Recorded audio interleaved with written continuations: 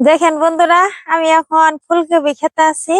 আঙ্গরের ফুলকপি খেয়ে দেখেন কালারটা কত সুন্দর হয়েছে, সবুজ কালার, আর দেখতেও ভালো লাগতেছে। আর কপি গুলো কত সুন্দর, ডাঁটা গুলো নস করতেছে। আর এই যে ফুলকপিটা কত টুক বড় হয়েছে, এই যে খুব সুন্দর দেখতে ভালো লাগে। এই যে জীবনের প্রথমে আমি এরকম ফুলকপি খেতে আইছি। আমি এরকম ফুলকপিটা যে আমি আগে বাসে খাইছি, মানে বাজার থেকে কিনে এনে হেরে খাইছি। তো এইবার জীবনের প্রথম আমি ফুলকপিটা একদম ক্ষেতের মধ্যে পাইছি, মানে এবার আঙ্গুর আবাদ করছে। তার জন্য আমি দেখতে পাচ্ছি যে ফুলকপি গাছটা কিরকম আর কিরকম ডাটা, আর ফুলকপি গুলো কিরকম।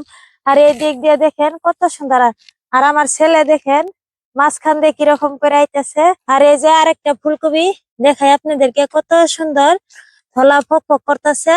আর সাইড দিয়ে পাতাগুলো হয়েছে হেউজিয়া কালার, একদম নস করে। এই যে প্রত্যেক গাছের মধ্যে এরকম ফুলকপি আছে। আর এই যে মাঝখান থেকে আপনারা দেখতে পাচ্ছেন যে নাইকা, এই মাঝখানের ফুলকপি গুলা বিক্রি করা হয়েছে।